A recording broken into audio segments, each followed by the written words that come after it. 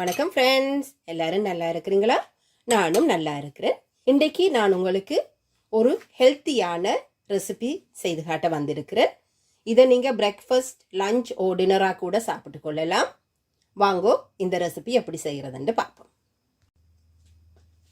இதில் கொஞ்சமாக தாளிப்பதற்கு தேவையான அளவு எண்ணெய் விட்டு சூடாக்கி கொண்டிருக்கிறேன்.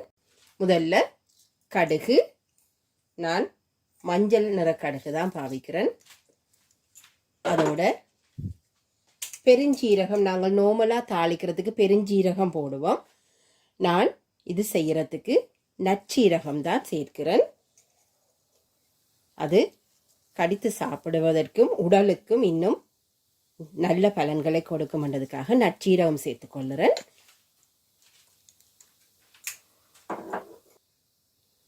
இப்போ வெட்டி வச்சிருக்கிற வெங்காயம், சின்னனா அரிந்து வைத்த வெங்காயம் சேர்த்துக்கொள்ளுறேன்.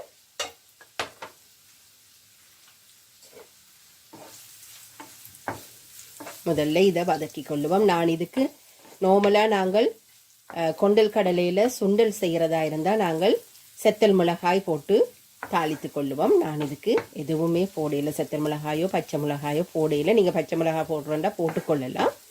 நான் இதை இவ்வளவு மட்டும்தான் போட்டு தாளித்து கொள்ளுறேன்.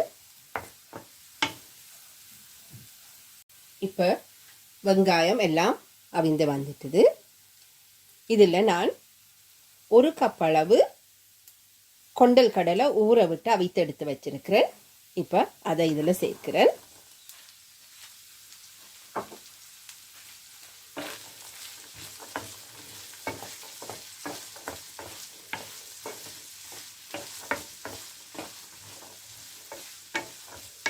அவிக்கும் போது உப்பு சேர்த்து அவித்தபடியால் நான் இப்போ உப்பு இதற்கு சேர்க்கவில்லை.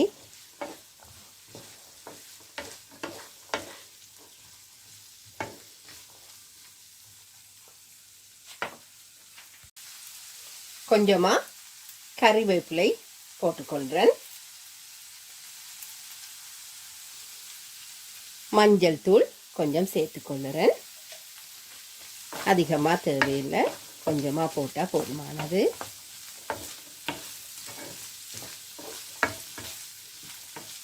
வெங்காயம் கொஞ்சம் வதங்கி வந்துட்டுது. இப்போ நான் இதை அடுப்பை ஆஃப் பண்ணி இதை கொஞ்ச நேரம் ஆற விட போகிறேன். சிக் பீஸ், அதாவது கொண்டல் கடலையை தாளித்து எடுத்து வச்சிருக்கிறேன். இப்போ மஞ்சள் போட்டு வடிவாக தாளித்து ஆற விட்டு வச்சிருக்கிறேன். இப்போ இதில் சின்னதாக வெட்டின குக்கும்பர், அதாவது வெள்ளரிக்காய் என்று சொல்லுவோம், வெள்ளரிக்காய் பிஞ்சு அதையும் இதோட சேர்த்துக்கொள்ளுறேன்.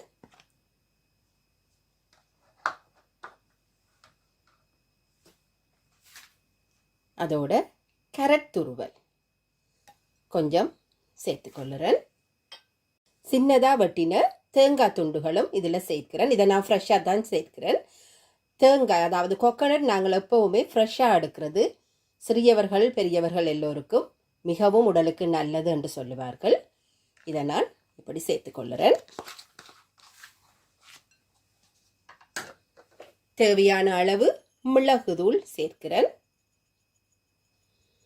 உங்களுக்கு எப்படியான அளவில் மிளகு காரம் இருக்க வேணுமோ அந்த அளவுக்கு நீங்கள் சேர்த்துக்கொள்ளலாம். அதோட கொஞ்சமாக உப்பு, நாங்கள் கடலை உப்பு போட்டு அவிச்ச நாங்கள் என்றாலும் இப்போ போட்ட அந்த காய்களுக்கு கொஞ்சமாக உப்பு சேர்த்துக்கொள்ளுங்க. இப்போ இதை மிக்ஸ் பண்ணி கொள்ளுவோம்.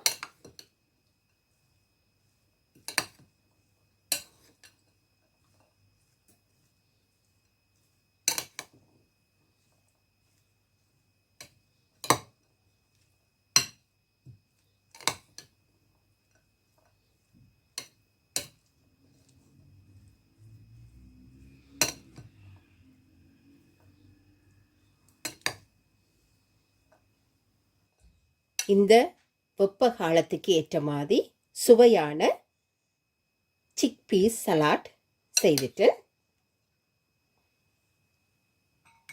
இதுதான் இன்றைக்கு நான் செய்த சிக்பீஸ் சலாட். நீங்கள் இந்த சிக்பீஸை வதக்காமல் வெங்காயமெல்லாம் பச்சையாக போட்டும் செய்யலாம். அது சில வேளைகளில் குழந்தைகள் சாப்பிடுவதற்கு கொஞ்சம் பின்னடிப்பார்கள். அதால தான் நான் கொஞ்சம் தாளித்து எடுத்து இதை செய்கிறேன். நான் உண்மையிலேயே எங்களோட வீட்டில் எல்லாருமே விரும்பி சாப்பிடுவார்கள்.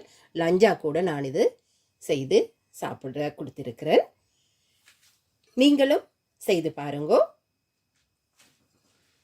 மீண்டும் இன்னொரு வீடியோவில் உங்களை சந்திக்கிற வரைக்கும் தேங்க்யூ.